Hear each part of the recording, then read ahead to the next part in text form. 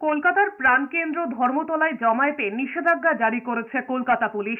CP Manoj ভার্মার বিজ্ঞপ্তিকে challenge করে হাইকোর্টে মামলা করেছে সিপিএম। আরজিকর কাণ্ডের প্রতিবাদ ঠেকাতে সমাবেশ বন্ধ করতে চাইছে পুলিশ।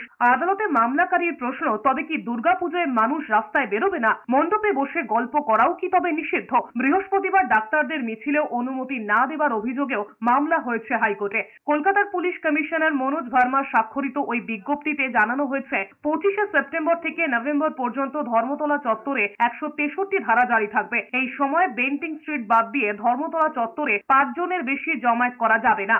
কেসি দাস ক্রসিং থেকে ভিক্টোরিয়া হাউস এবং সংলগ্ন জমায়েত নিষিদ্ধ থাকছে 2 মাস। মিছিল করা যাবে না হাতে লাঠি বা অস্ত্র নিয়ে। শহরে শান্তি শৃঙ্খলা রক্ষার্থে এমন পদক্ষেপ করা হয়েছে বলে জানিয়েছে পুলিশ। এই নির্দেশের বিরুদ্ধেই কলকাতা হাইকোর্টে মামলা করেছে সিপিএম এবং জুনিয়র ডাক্তাররা। শুক্রবার জোড়া মামলার শুনানি রয়েছে হাইকোর্টে।